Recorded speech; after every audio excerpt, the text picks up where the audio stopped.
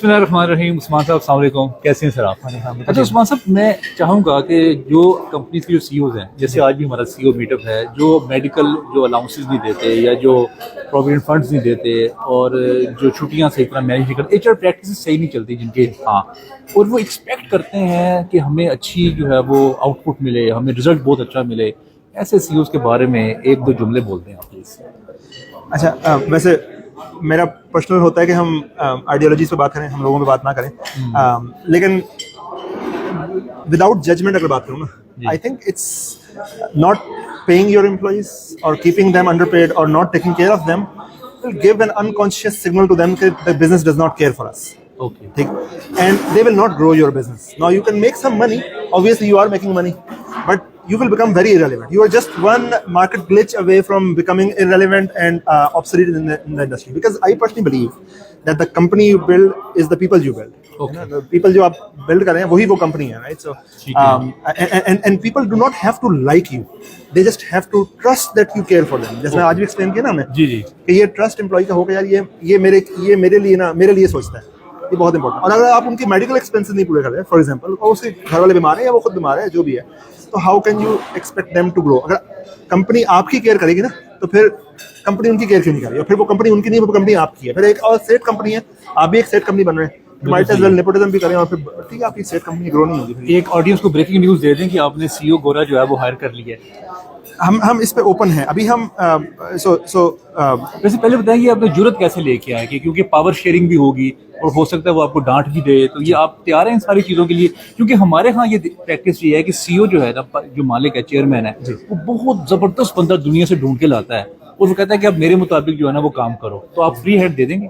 जी, अगर नहीं देंगे तो इररिलेवेंट हो जाएंगे सर। मसला ये है कि but I am realizing is के whatever I have done to come to this level ना will not take me and the company to next level. Okay. सही। तो वो कहते हैं ड्रेस फॉर द हो गया कि now you need a bigger mind. Definitely देखें, and वो कहते हैं dress for the job that you want, not the job that you have, right? So I want to dress for the job that I want. I want to compete for my job. I want to remain relevant till the day end. Life में मुझसे कोई पूछता है तो आपकी insecurity क्या है जी 2 साल पहले, तो मैं कहता यार मुझे ना अलोन होने से डर लगता है। अलोन, हाँ सही।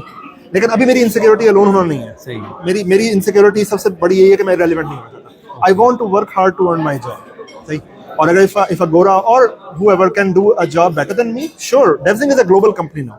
Devzing is no longer a local company. We are no longer a Pakistan-based company. We started from here, but we want to become a global name so that we can attract global talent for the betterment of Pakistan, for sure. Obviously, मैं पाकिस्तानी हूँ तो मेरा तो यही interest होगा, लेकिन a global company. Okay अच्छा, ये बताएं कि आपने गोरा जब आप यहाँ पे लेके आएंगे तो वो भी कोई अपने आइडियाज देगा, हो सकता है चैलेंजेस आए, आ रहे हैं आपकी जो सिक्योरिटीज इनसिक्योरिटीज होंगे आपके, जो क्योंकि लाडले होते हैं ना, 8-10 लोग लाडले होते हैं, उनको भी डांट पड़ेगी, इस चीज को कैसे मैनेज करेंगे? देखिए, हमने कल्चर में बड़े देर से बिल्ड किया है, बड़ा टाइम लगाया है इसके ऊपर, कि we don't know what we don't know, and at every level we will become. हमारा बड़ा क्लियर है कि यार just because you built the company now does not mean that you need to have the authority in the company. You will have the financial security of the company, but you will not have the authority that you need for your respect. Your respect will come from the work that you are doing. If you want to relax in your life, relax in your own time. Right? तो हमारा ये culture तकरीबन top management में built है. They are open for challenges. I am open for challenges too. It is very difficult. It is very vulnerable. It makes us up at the night, but at the end of the day, that's what makes us young also. Okay, अच्छा ये बताएं कि आपने harassment की बात की थी, अपना जो सेशन किया हमने, जो सीईओ जो हैं वो हैरेसमेंट करते हैं और लड़कियां वहाँ पे तंग रहती हैं और उसके बाद फिर वो लड़कियों के पास कोई ऑप्शन नहीं होती, वो भी कहीं ना कहीं कॉम्प्रोमाइज़ करती हैं, ऐसे सीईओज़ के बारे में आप क्या मैसेज देना चाहेंगे? अगेन, हम सीईओज़ की बजाय ना हम बात करते हैं कि ये मसला है क्यों। ठीक है, देखिए पाकिस्तान में ना हमें हेल्थी रिलेशनशिप्स करने सिखाए नहीं है। ओके, सही ना, किसी ने अच्छा, अब हम ना एक बच्चा जो किसी ऐसी जगह से आया जिसने ना कभी यूनिवर्सिटीज का एक्सपोजर देखा, ना उसने फीमेल से इंटरेक्ट किया, राइट? अब वो एक ऐसे एनवायरनमेंट में आ गया जहाँ पे बहुत सारी female, he does not know how to interact with them. सही। अब नाउ अगर उससे कोई गलती हो गई है तो हम उस पर ये लेबल लगा सकते हैं कि यार तुम्हें हरास किया, लेकिन ये मेरे ख्याल से फेलियर है उसके टीचर्स का भी, उस जगह का भी जहाँ पे वो आया है, क्योंकि उस जगह ने उसको एजुकेट नहीं किया ना। और मेरे ख्याल से जगह का और सीईओज़ का और लीडर्स का ज्यादा कसूर है बजाय उस बच्चे के जिसने हरासमेंट की है, क्योंकि आपने ट्रेन नहीं किया, हाँ, आपने ट्रेन नहीं किया और आपने अनसेफ कर दी अपनी सिचुएशन हैंडलिंग नहीं बताई, आपने अनसेफ कर दी अपनी फीमेल्स को ना। तो मेरे ख्याल से एजुकेशन पे काम होना चाहिए। हम डेवजिंग में कर रहे हैं, we want to get better at it, लेकिन मैं जनरली एक बात ये कहूंगा कि पहली बात तो इसमें फीमेल एजुकेशन की भी बहुत ज्यादा जरूरत है, ताकि हरेसमेंट को हम डिफाइन भी कर लें कि क्या चीज हरेसमेंट है और क्या चीज नहीं है। सही बात, हर चीज हरेसमेंट भी नहीं होगी, बिल्कुल सही बात है। और मेल्स को भी ट्रेन कर लें कि यार फ्रेंडली एंड हेल्थी रिलेशनशिप कैसे कायम करना है। वो मेल टॉक्सिसिटी है, हमें बहुत सारी चीजें, हमें मेल डोमिनेशन सिखाई गई है जो कि आप मॉडर्न सोसाइटी में नहीं चलेगी ना। वर्किंग वुमेन्स हैं, वो उनका अपना एक स्टाइल है, right? So you got to understand their style and you got to, and if you want to become friend तो बी वनरेबल। इस सेशन में मैंने एक बात बड़ी जबरदस्त आपसे जो है ना वो सीखी है कि पाकिस्तान के बारे में सोचना छोड़ दें, जी, ग्लोबल सोचें, अपनी ऑर्गेनाइजेशन को डेवलप करें और डबल द साइज करें। जी, ऐसे ही। अच्छा, हम क्यों ऐसा करते हैं कि हम पाकिस्तान की इमेज को बेहतर करेंगे, पाकिस्तान का इमेज बेहतर होगा तब हमें बिजनेस मिलेगा? ये क्यों इतनी मिसपरसेप्शन और मिसकंसेप्शन है हमारी? एक बार मैं बाइक पे जा रहा जी। तो मुझे ना पुलिस ने रोक लिया, ठीक है, वो गरीब थे उस टाइम, तो मेरे एक दोस्त, मैंने उसे फोन किया, मैंने कहा मैं पुलिस के पास फंस गया हूँ, ठीक है, तो वो भी बाइक पे मेरे साथ आ गया और उसने पुलिस से कहा कि यार जहाँ इसको लेके जा रहा हूँ थाने, मुझे भी साथ ले जाओ। ओके। मैंने उससे देखा, कहता यार मैं तुम्हारे से खड़ा हूँ, तुम जो भी होना मैं तुम्हारे से खड़ा हूँ, ठीक है। अच्छा, मैंने कहा यार तेरे खड़े होने का मुझे क्या फायदा, तो कोई चीज ही नहीं है। हाँ, सही, इसकी बजाय तू मेरे साथ ना खड़ा होता तो कोई चीज बन जाता, तो कोई एसपी होता, कोई बेशक तू मेरे साथ ना आता तो मेरे तेरे फोन से मेरा मसला हल हो जाता। मसला हल होना चाहिए। सही, बिल्कुल अच्छा, सही। पाकिस्तान में ना अगर कंपनी बड़ी नहीं बनेगी ना और ये कहेगी कि यार हम पाकिस्तान के साथ खड़े हैं, हाँ, तो ये बड़े नहीं हुए, उसे क्या सीखा नहीं, उसका पाकिस्तान को क्या फायदा भाई? बिल्कुल सही बात। Go make yourself big.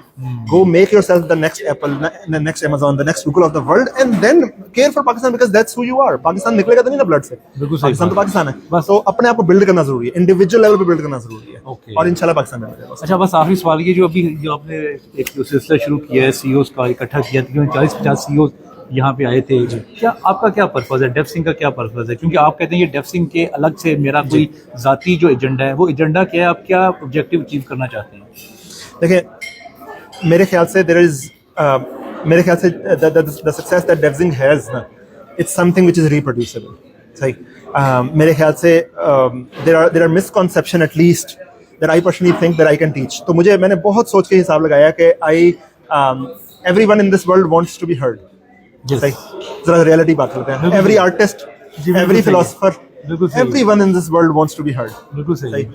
तो मैंने चाहा कि मैं पहचाना जाऊं, मैं पहचाना जाऊं। हाँ, ये तो मतलब रब के बारे में भी आता है कि यानी मार्फत के लिए तो यूनिवर्स को क्रिएट किया गया। खैर, अच्छा, you are the only first person जो ये मान रहा है। मैंने जिन लोगों से ऐसी बात की उन्होंने यही कहा कि हम पाकिस्तान की बेहतरी करना चाहते हैं, हम चाहते हैं कि अपना आईटी सेक्टर डेवलप हो। You are the only one जो ये दिल से मान रहा है कि I want to be known.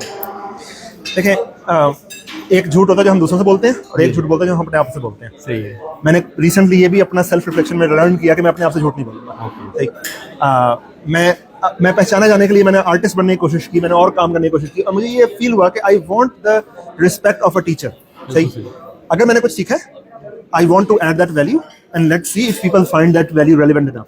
If don't, I don't want to make them attach with me with डेवजिंग। इसलिए हम डेवजिंग के साथ नहीं करते ये, हम इसको इंडिविजुअल लेवल पे करते हैं। सही है कि यार शाहरुख खान साहब बड़े अच्छे अदाकार हैं, उन्होंने कितने और अदाकारों को इनेबल किया। सही, एक पूरी इंडस्ट्री का काफी सारा पोर्शन शाहरुख खान साहब लेके चले। मुझे ये चीज बहुत फैसिनेट करती है।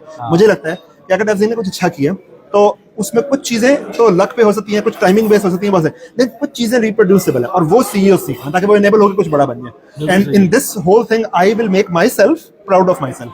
बिल्कुल सही है। मुझे बड़ा ही मज़ा आता है हमेशा से आपसे गुफ्तगू करके, और जो ये लोगों को इकट्ठा किया। और एक बाकी अमूमन देखा गया है कि सीईओज़ को ना तकरीर करने की बड़ी आदत होती है।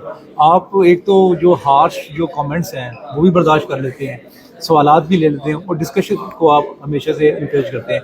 आपके टाइम का बहुत बहुत शुक्रिया। Thank you so much. Thank you.